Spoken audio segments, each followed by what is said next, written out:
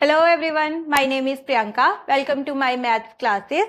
आज की क्लास में हम क्लास 8 मैथ्स का ओलंपियाड एग्जाम 2024 सॉल्व करने वाले हैं। ये एग्जाम कंडक्ट हुआ था on 22nd October. So this is the set A of the exam, जिसके सारे क्वेश्चंस आज हम यहाँ पे सॉल्व करने वाले हैं। तो जिन स्टूडेंट्स ने ये एग्जाम दिया है वो अपने आंसर्स चेक कर सकते हैं। बाकी दो डेट्स जो ओलंपियाड्स की हैं, they are scheduled on 19th November and 12th December.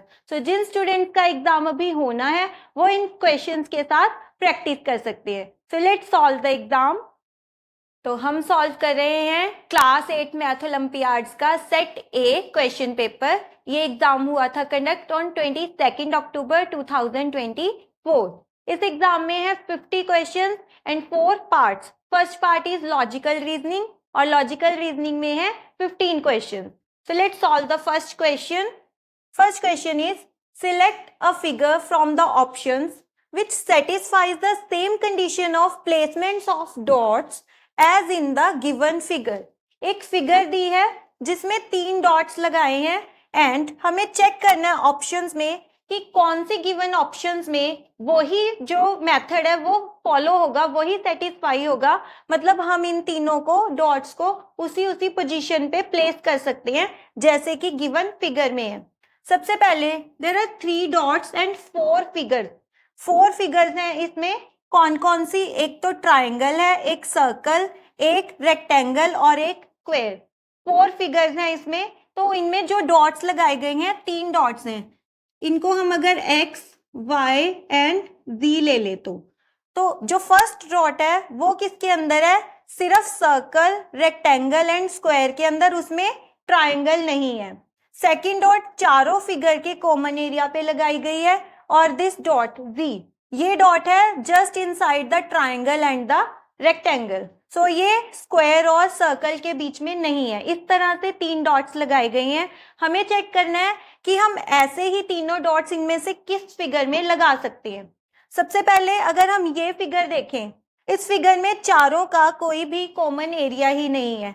Triangle, rectangle and square and circle, ये चारों कहीं पे इनका कोई कॉमन पॉइंट ही नहीं है। So this figure, this option is cancelled out. ये वाली ऑप्शन नहीं हो सकती। अब हमें इन 3 ऑप्शंस में चेक करना है। अगर हम ऑप्शन नंबर ए में चेक करें, सो जो डॉट z है, दिस डॉट, ये सिर्फ ट्राइंगल और रेक्टेंगल के बीच में लगना चाहिए। स्क्वायर एंड सर्कल का एरिया इसमें नहीं आना चाहिए। तो सिर्फ रेक्टेंगल एंड ट्राइंगल के बीच में। बट ये जो रेक्टेंगल है it is placed inside a circle. तो हमारे पास कोई ऐसा एरिया नहीं हो सकता जो सिर्फ रेक्टेंगल और ट्राइंगल को ले और जिसमें सर्कल ना हो। So this option is cancelled. ये ऑप्शन भी नहीं हो सकती। अब अगर हम ये ऑप्शन चेक करें, option number C. So option number C में क्या है? यही जो जैसे डॉट है z, ये सिर्फ ट्राइंगल और रेक्टेंगल के बीच में होना चाहिए। इसके बीच में स्क्वायर या सर्कल का एरिया नहीं होना चाहिए। सो अगर हम ये फिगर देखें, ट्राइंगल एंड रेक्टेंगल, सो सिर्फ ट्राइंगल और रेक्टेंगल होनी चाहिए, स्क्वायर नहीं होनी चाहिए। बट जितना भी एरिया ट्राइंगल और रेक्टेंगल के बीच में कॉमन है उस एरिया में स्क्वायर भी है। सो ऐसा कुछ भी एरिया यहाँ पे पॉसिबल नहीं है जिसमें सिर्फ ट्राइंगल एंड रेक्टेंगल हो, बाकी 2 फिगर्स ना हो। So this option is also cancelled out. अब यही बची है एक ऑप्शन, तो यही करेक्ट ऑप्शन है। और अगर हमें डॉट्स प्लेस करनी है x, y एंड z, तो हम वो भी प्लेस करके देख सकते हैं। सो एक तो डॉट है x, वो होनी चाहिए inside the square, circle and the rectangle, वो ट्राइंगल के बाहर होनी चाहिए। सो सिर्फ ट्राइंगल से बाहर हो बट बाकी तीनों फिगर्स का एरिया उसमें इंक्लूडेड हो। तो ऐसा एरिया क्या इस फिगर में पॉसिबल है कि वो ट्राइंगल के बाहर हो एरिया, बट बाकी, सो दिस पोर्शन, इस पोर्शन में क्या है? सर्कल भी है, स्क्वायर भी है एंड रेक्टेंगल भी है, बट ट्राइंगल से ये डॉट बाहर है। तो ये x डॉट के लिए यहाँ पे हमने पोजीशन कर सकते हैं। अब बाकी चारों फिगर्स का ये कॉमन एरिया, ये होगी डॉट y, यहाँ पे लगा सकते हैं। और एक डॉट लगानी है z, जो कि होनी चाहिए सिर्फ ट्राइंगल और रेक्टेंगल के बीच में। सो सिर्फ triangle and rectangle. So this area, यहाँ पे हम लगा सकते हैं डॉट जेड। सो यहाँ पे सिर्फ ट्राइंगल है और रेक्टेंगल है, बाकी दो फिगर्स का एरिया इसमें नहीं है। So option number B is the correct option. First question का आंसर है option number B. The second question is select the correct mirror image of the given combination of letters, symbols and numbers.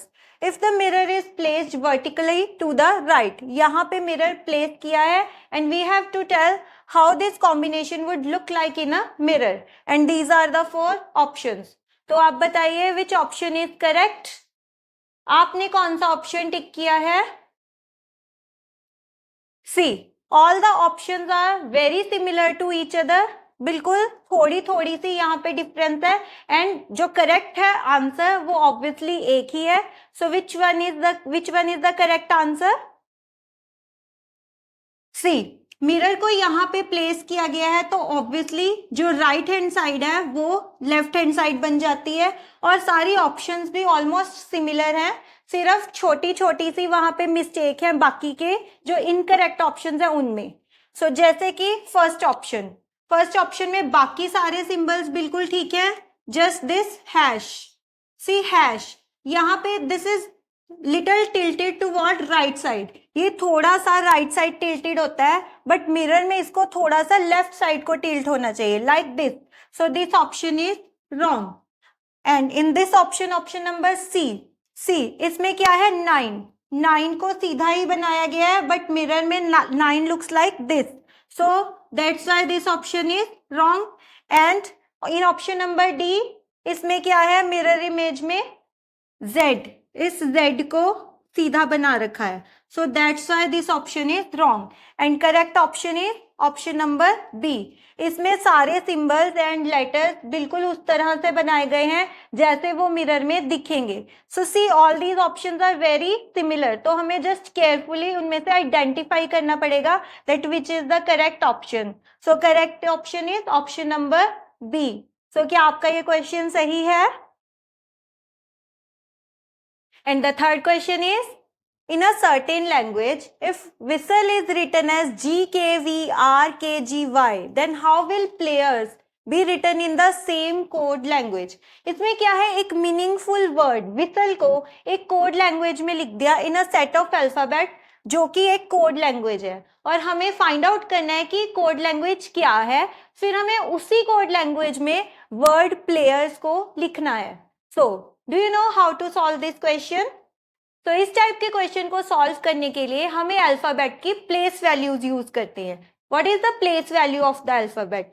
कि जैसे English में we know that there are 26 alphabet, तो हर एक जो alphabet है उसकी क्या पोजीशन है इन द इंग्लिश अल्फाबेट, तो उनकी क्या पोजीशन है, जैसे A is the first alphabet, B second, C third, D fourth and so on, और उससे उसी के हिसाब से Y is the 25th alphabet and Z is the 26th alphabet. इस तरह से ये होती है place value of the alphabet.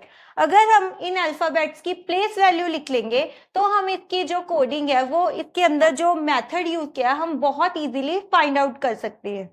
So place value W की है 23, H की प्लेस वैल्यू होती है 8, I की 9, S की 19, T की होती है 20, L की 12 एंड E की 5। So these are the place values. और अब लिखेंगे जो हमारे पास set of alphabet after coding हमें मिला है उसकी क्या प्लेस वैल्यू है। G की 7, K is 11, V 22, R is 18, K 11, G 7 and Y is 25th letter। सो अब इनमें क्या रिलेशन है, हमें इसको एनालाइज करना होगा कि जो ये हमारा मीनिंगफुल वर्ड विसल है इसको इस तरह से लिखने में क्या कॉम्बिनेशन यूज किया है, क्या इसमें मेथड यूज किया है। सो अगर हम इसको केयरफुली देखेंगे तो क्या किया है, सबसे पहले तो इन लेटर्स को रिवर्स ऑर्डर में लिखा है। G के कोरस्पोंडिंग E के कोरस्पोंडिंग G लिखा है, L के कोरस्पोंडिंग K, फिर T के कोरस्पोंडिंग V। और कैसे लिखा है, जो फर्स्ट है लेटर इसकी जो प्लेस वैल्यू है दैट इज 5, तो उसमें क्या किया है +2 एंड दिस बिकम 7, फिर सेकंड में किया है -1, सिमिलरली +2 -1 +2 -1 +2। सो यही यूज किया है।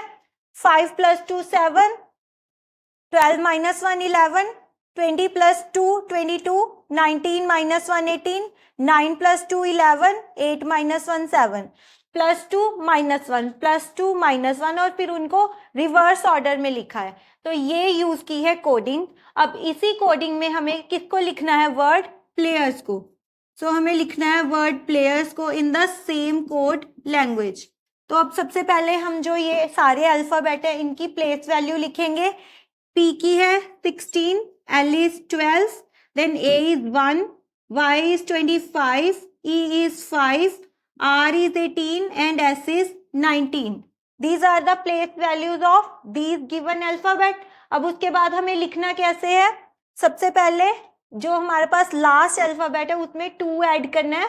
सो 19 प्लस 2 इज 21। सो यहाँ पे जो फर्स्ट लेटर आएगा वो होगा 21st पोजीशन पे, विच इज U। अगर आप ऑप्शंस देखें तो सारे ऑप्शंस में U सिर्फ एक में ही है। सो this is the correct option. आप सिर्फ इसे इतना ही सॉल्व करके आपका आंसर फाइंड आउट कर सकते हैं, but for your understanding purpose तो हम इसे पूरा सॉल्व कर लेते हैं। सो फर्स्ट आएगा 19 प्लस 2 21। सेकेंड जो यहाँ पे लेटर आएगा वो क्या आएगा, 18 माइनस 1 17। 17th पोजीशन पे होता है Q। Then 5 plus 2 7th position पे होता है G।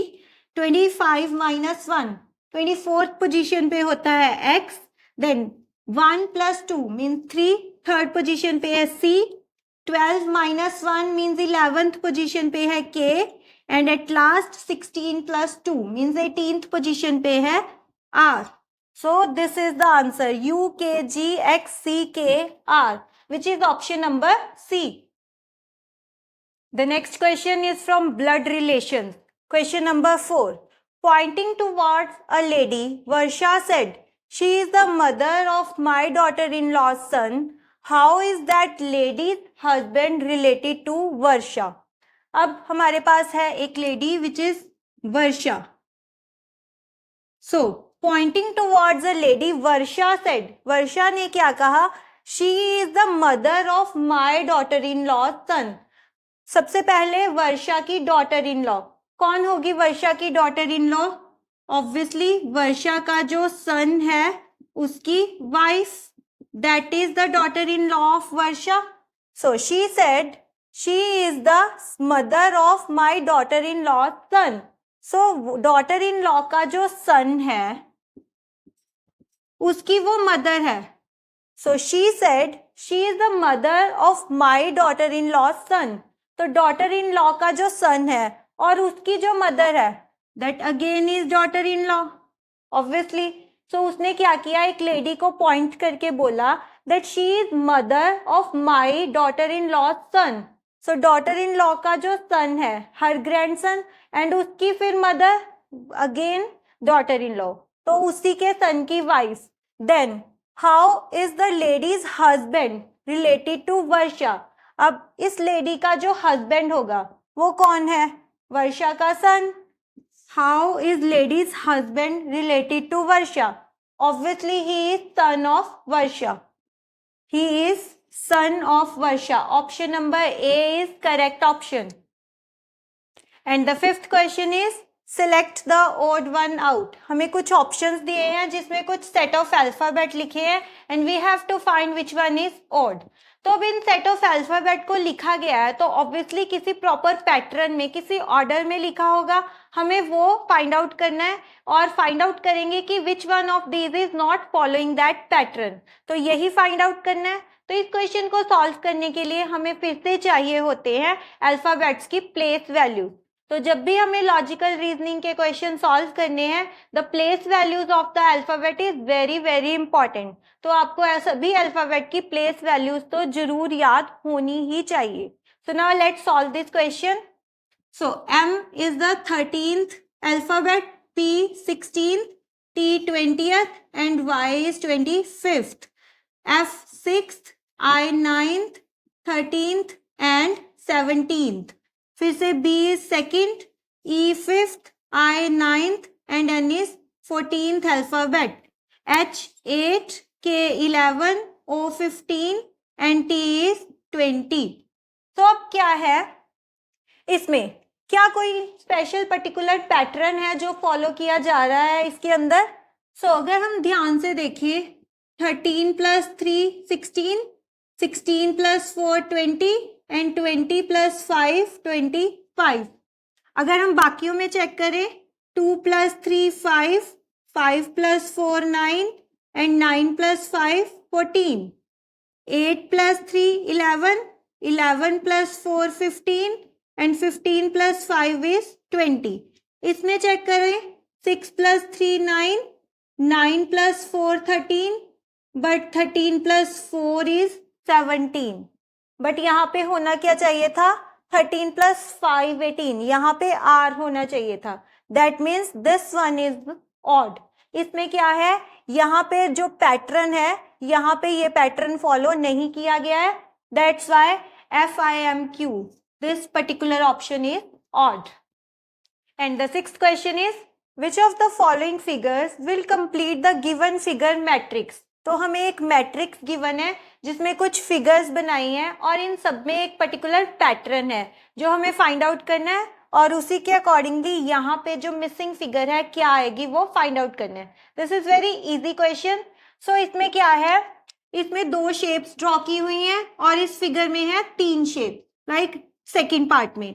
सो इसमें क्या है, पहले बाहर भी एक सर्कल है, यहाँ पे भी सर्कल है, यहाँ शेडेड पोर्शन में ट्राइंगल है, यहाँ एक स्क्वायर है। उसके बाद ये जो शेडेड फिगर थी ये आ गई है बाहर, जो ये शेप थी ये आ गई है बाहर। उसके बाद थर्ड में क्या किया है, ये जो थर्ड यहाँ पे शेप है जो बाहर थी इसको बड़ा कर दिया, और जो अंदर शेप थी उसी को यहाँ पे पुट किया बट अनशेडेड, और जो ये बिग फिगर थी उसको बाहर रखा है but with shaded.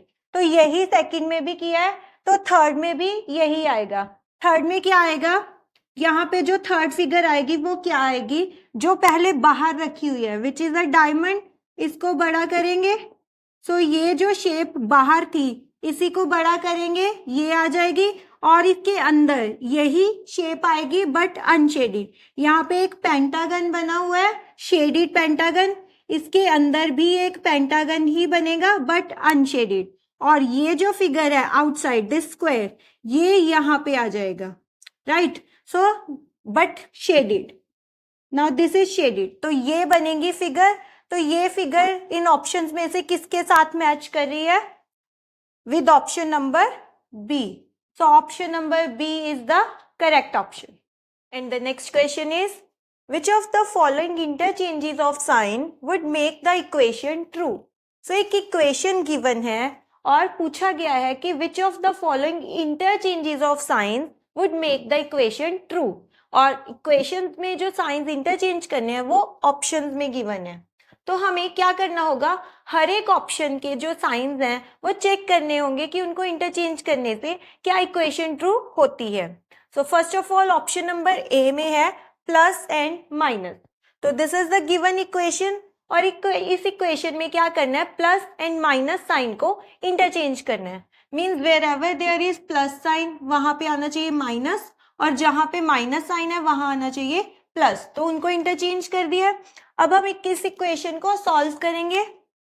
75 into 2 is 150 plus 150 divided by 2 is 75 is equal to 25 into 3 is 75 minus 150. So this is the left hand side of equation and this is right hand side. Obviously these two sides are not equal. So option number 1 wrong हो जाती है, it is cancelled out, क्योंकि ये दो sign interchange करने से equation true नहीं होती। Next is multiply and divide. That given equation में wherever it is written multiplication उसको रिप्लेस करेंगे डिवीजन से, और जहां डिवीजन है मल्टीप्लीकेशन, जहां मल्टीप्लीकेशन है वहां डिवीजन, हमने इंटरचेंज कर दिया साइंस को। अब ये इक्वेशन अगर सॉल्व करेंगे, 75 divided by 2, this is equal to 37.5 minus 150 into 2, it is 300, is equal to 25 divided by 3, it is equal to 8.33 plus 150. अब ये बन रही है left side of equation and this is the right hand side. So obviously these two sides are not equal. So this option is also cancelled out. So ये दोनों signs multiplication and division interchange करने से equation true नहीं होती. Third option is division and subtraction. So divide and minus sign को interchange करने से क्या ये इक्वेशन ट्रू होती है? तो हमने जहां पर भी माइनस साइन था वहां डिवाइड लगा दिया और जहां डिवाइड था माइनस लगा दिया. तो अब ये इक्वेशन सॉल्व करेंगे.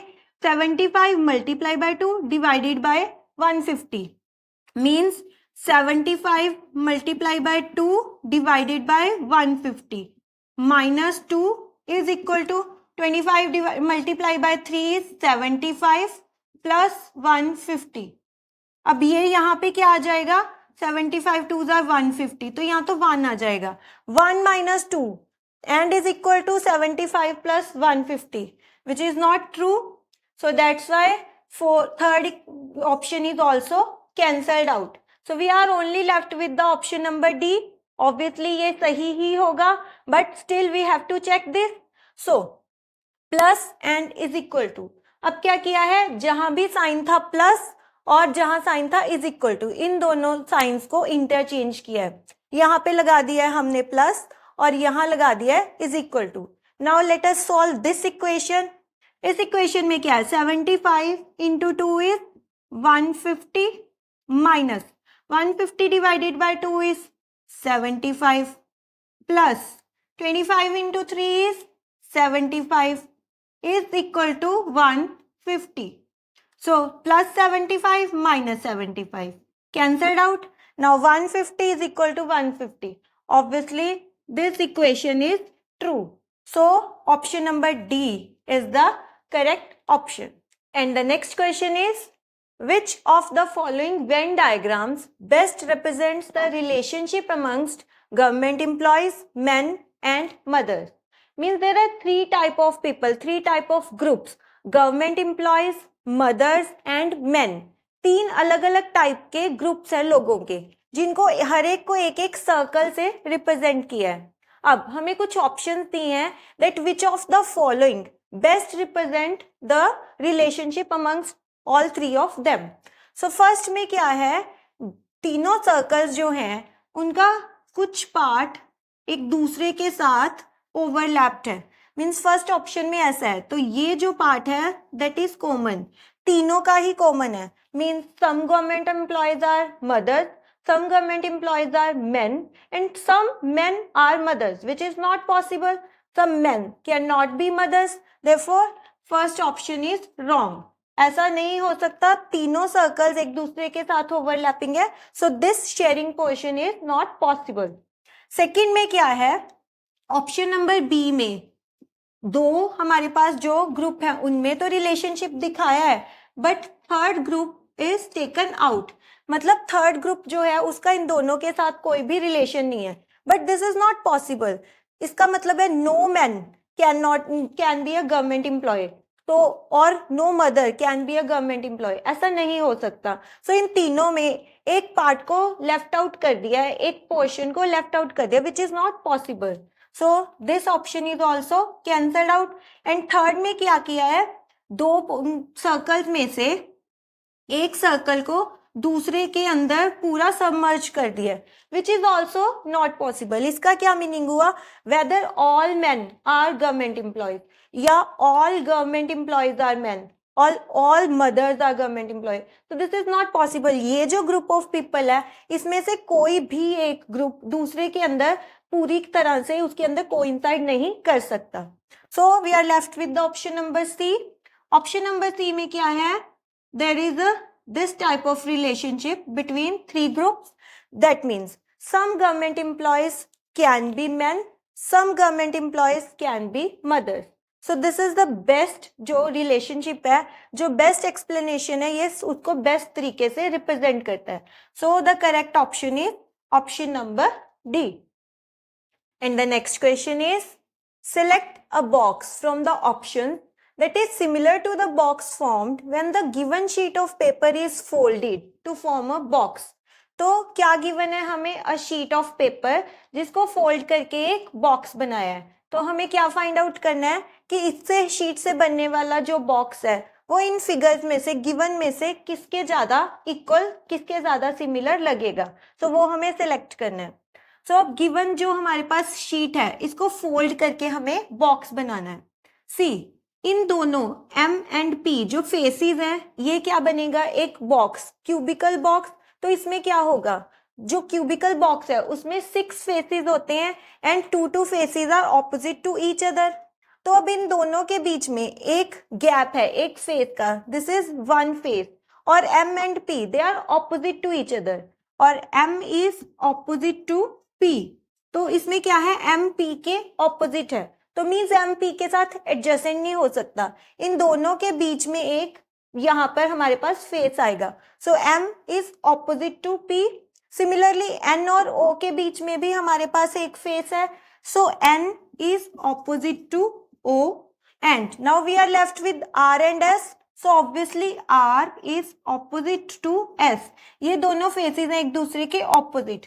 तो अगर आप किसी की भी क्यूब को देखते हो, कोई आप डाइस देखते हो, तो उसमें भी ये होता है 6 फेसेस हैं वहां पे, और कोई भी 2 फेसेस एक दूसरे के ऑपोजिट है, there are 3 pairs of opposite faces. तो अब M P के ऑपोजिट है, N is opposite to O and R is opposite to S, तो ये एक दूसरे के इस तरह से ऑपोजिट है। जो ऑपोजिट फेसेस है they can not be adjacent, so जो फेसेस ऑपोजिट है वो एडजेसेंट नहीं हो सकते। Now let us check our options. In first option M and P are adjacent faces, but these 2 faces can not be adjacent, ये दोनों एक दूसरे के ऑपोजिट हैं, so this is wrong. In the next option see, इसमें क्या है, R एंड S ये एक दूसरे के एडजेसेंट बनाए हैं, but no, R is opposite to S, that's why this is also the wrong option. In the third option N and O are made adjacent to each other, जबकि N O के opposite होगा, so this is also wrong. अब इसमें क्या है, R O and P show किए हैं, R के जो दूसरी साइड है वो होगा S, P के अनदर साइड पे M और O के अनदर साइड पे N। सो ये तीनों फेसेस एक दूसरे के एडजेसेंट है, और जो रेस्ट ऑफ 3 फेसेस हैं those are opposite to them, so that's why this is the correct option. So option number D is correct option. And the question number 10th is, इस क्वेश्चन में we have given 2 rows of the numbers, हमें numbers की 2 rows दी हैं, and resultant of each row has to be worked out separately. हमें हर एक रो का रिजल्टेंट सेपरेटली फाइंड आउट करना है बेस्ड ऑन द रूल। हमें कुछ रूल्स गिवन है, उन रूल्स को फॉलो करके we have to find out the resultant of these 2 rows, and resultant has to be progressed from left to right. हमें left से राइट इन नंबर्स को प्रोसेस करना है, and we have to answer the question. ये question given है जिसका हमें आंसर देना है। So these are the 2 rows of the number जिनके रिजल्टेंट फाइंड आउट करने हैं बाय फॉलोइंग द रूल्स, और ये रूल्स हमें गिवन है, और हर एक रो का रिजल्टेंट सेपरेटली फाइंड आउट करना है। So first of all first row में नंबर्स हैं 21, 7 एंड 7, और रूल्स क्या हैं। First, if composite number is followed by prime number, so the concept of composite number and prime number is clear to you, correct? Do you know that what are composite numbers and prime numbers? Yes, the prime numbers are those जिनके सिर्फ 2 ही factors होते हैं, 1 and the number itself, और जिसके कोई और factors नहीं होते, and composite numbers are those numbers which have more than 2 factors. So if composite number is followed by prime number, then the composite number is to be divided by the prime number। तो अगर हम check करें तो ये दोनों numbers क्या हैं, this is a composite number and 7 is a prime number. तो फर्स्ट रूल अप्लाई होगा यहाँ पे, composite number is followed by prime number. तो करना क्या है, then the composite number is to be divided by the prime number. तो हमें कंपोजिट नंबर को प्राइम नंबर से डिवाइड करना है। तो इन दोनों 21 एंड 7 का जो रिजल्टेंट आएगा दैट इज 3। तो 21 और 7 की जगह पे आ जाएगा यहाँ पे 3, because 21 divided by 7 is equal to 3। Now इन दोनों की जगह पे आ गया 3 और उसके पीछे है 7। अब नेक्स्ट फाइंड, अब composite number is followed by prime number नहीं होगा because 3 is not a composite number. Next, if prime number is followed by another prime number, then they are to be multiplied. अब क्या है, 3 and 7 both are the prime numbers. If prime number is followed by another prime number, then these two numbers are to be multiplied. So 3 into 7 क्या बन जाएगा, 21. So this is the resultant of first row. 21 क्या बन गया, resultant of the first row. ठीक है, और हमारे पास क्या है, if n is resultant of first row, what is the sum of resultants of first and second row? हमें क्या फाइंड आउट करना है, हमें गिवन है यहाँ पे n लिखा हुआ है ना, so it is given that n is resultant of first row, means n is equal to 21. n is resultant of first row and this is equal to 21. So value of n is 21. अब हमें second row को process करना है based on these rules only. तो अब इसमें क्या है, 21 इज फॉलोड बाय 14. सो इसमें इनमें से कौन सा रूल अप्लाई होगा, if odd number is followed by even number then they are to be added. अब क्या है, 21 is a odd number and 14 is an even number. तो क्या लिखा हुआ है, if odd number is followed by even number then these two numbers are to be added. तो इन दोनों नंबर्स को हमने ऐड करना है. तो 21 प्लस 14 इज 35. सो इन दोनों को ऐड करने से आएगा 35. Now 35 is followed bye 7. अब देखेंगे इनमें से कौन सा रूल अप्लाई होगा, even number. 35 is not a even number. Odd number is followed by even. Prime number, these two numbers. 35 is not a prime number. So first, if composite number is followed by prime number, yes, 35 is composite number is followed by prime number, then the composite number is to be divided by the prime number. तो क्या होगा, 35 को हमने divide करना है 7 के साथ. 35 divided by 7 क्या आएगा, 5. So this is the resultant of the second row. तो हमें दोनों रोज के रिजल्टेंट सेपरेटली फाइंड आउट करने थे बेस्ड ऑन द रूल. तो इस तरह से इन दोनों रोज के रिजल्टेंट फाइंड आउट कर लिए. Now the question is, if n is resultant of first row, what is the sum of resultants of first and second row? अब फर्स्ट रो का जो रिजल्टेंट है that is 21 and second row का resultant है 5. What is the sum of these two resultants, 21 plus 5 is 26. So the correct option is option number B, 26. So we have solved first 10 questions of set A of Math Olympiad exam for class 8. So this exam was conducted on 22nd October 2024. So आप comment box में बताइएगा जरूर कि आपके कितने questions correct हैं. So बाकी के question we will solve in the next class. If you want to learn with me, subscribe to my channel. See you in the next class.